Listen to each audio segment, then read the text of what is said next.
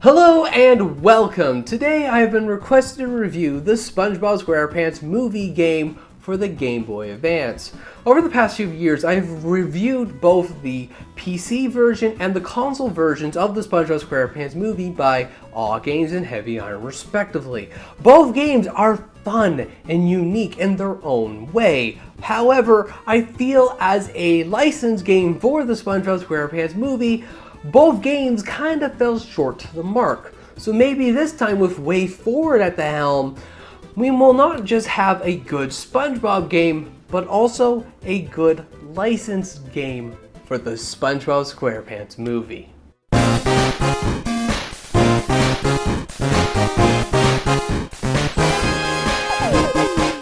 Today's video is sponsored by us at the 16-Bit Store.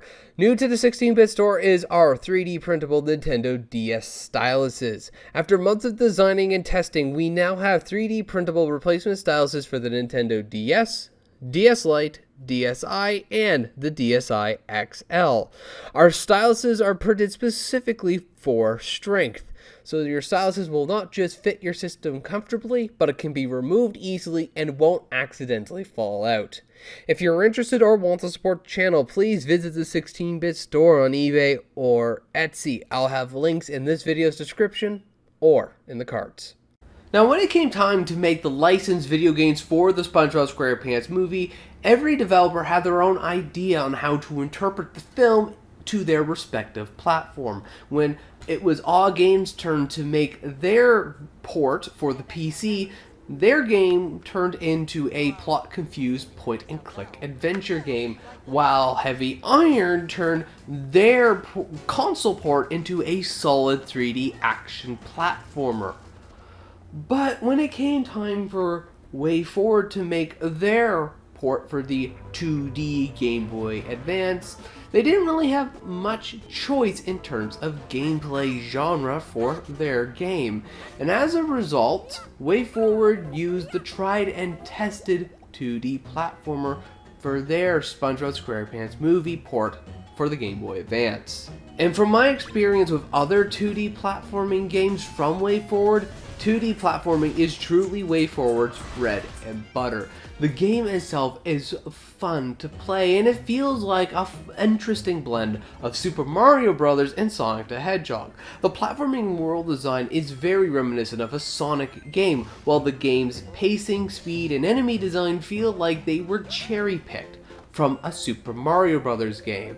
It's an interesting blend of design philosophies, which turns out a game which is also interesting and fun to play, not just for experienced gamers, but it's surprisingly easy to pick up and play for kids. And speaking of kids, this is a perfect my first 2D platforming games when it comes to the game's difficulty.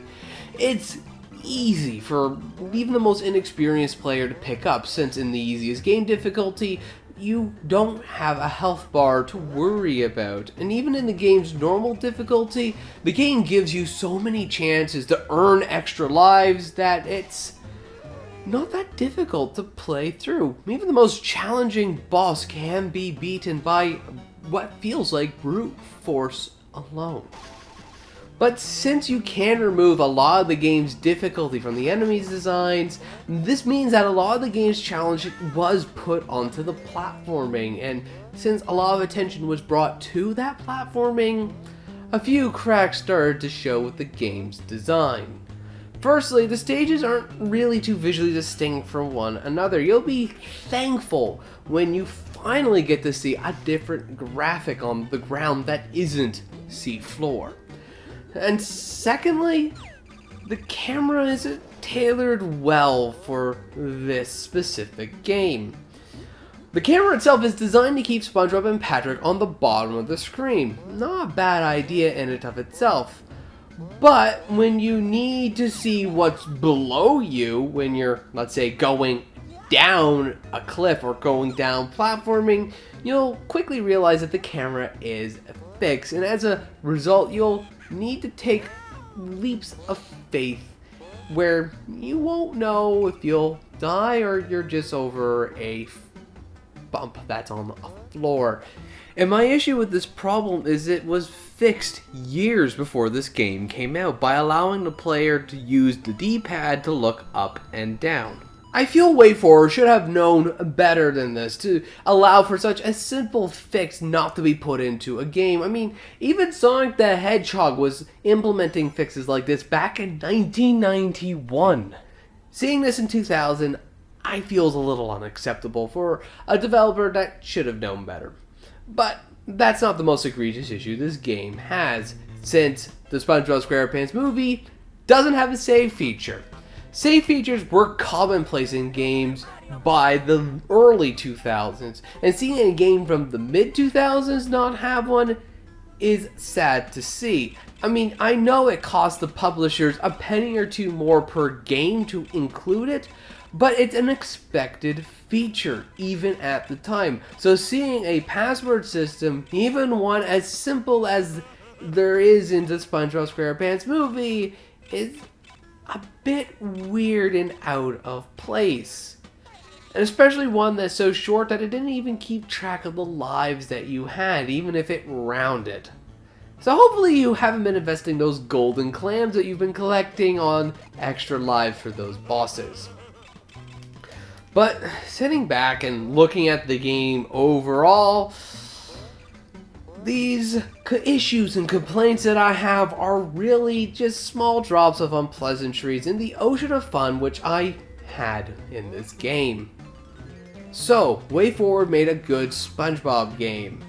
Might not be as fun as Heavy Irons nor as entertaining as all games, but it's fun in its own unique way. However, despite its not being as fun, WayForward made a better SpongeBob SquarePants movie license title than the other two games.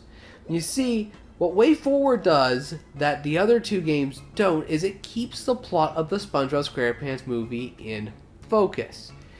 SpongeBob, throughout his entire adventure in this game, is focused on one plot only. You are getting the crown, saving the town, and Mr. Krabs, all within the 3-day time limit which King Neptune gave you. And there is no action in this game that derives from that plot point. SpongeBob is constantly going from one scene from the movie and walking to the next. He will run when he has to, drive when he does, and the game feels like it is pushing forward through the film. Sure, the game does meander a bit. I don't remember a scene where SpongeBob's being crushed by skulls and bones, but even while he's crawling on his fours, he is still heading towards the crown to save Mr. Krabs and the town, and that's throughout this game. Yes, it's not as fun, but in order for Heavy Iron to get the fun that it wanted, it had to derive from that plot.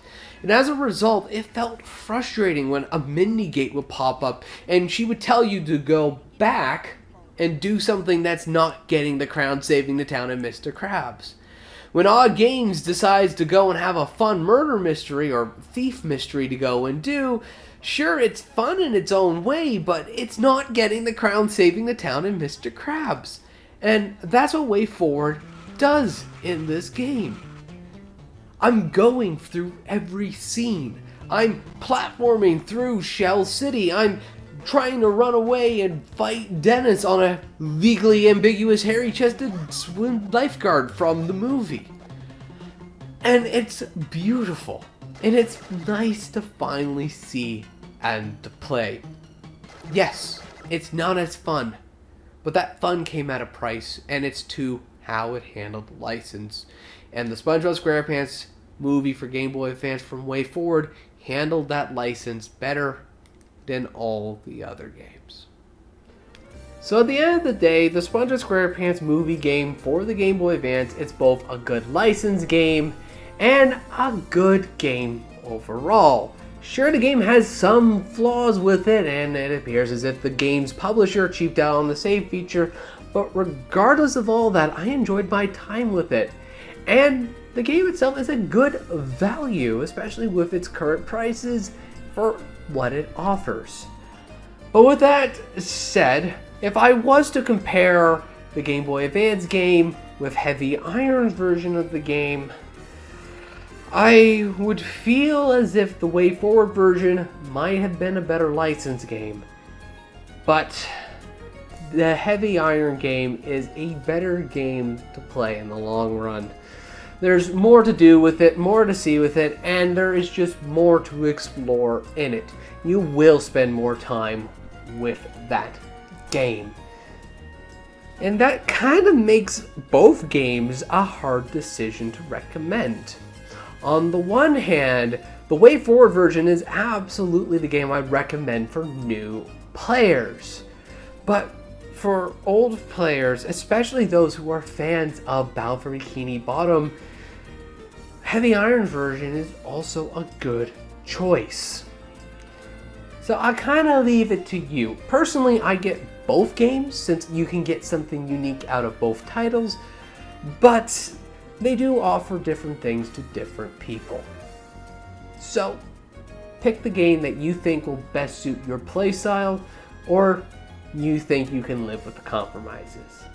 But anyways, thank you ever so much for watching. I hope you have yourself a good day, and as always, take care. And if you have anything you'd like to see us talk about in future viewer specials, please leave it below. Or if you wish to participate in future viewer specials, please check out our community page for future polls.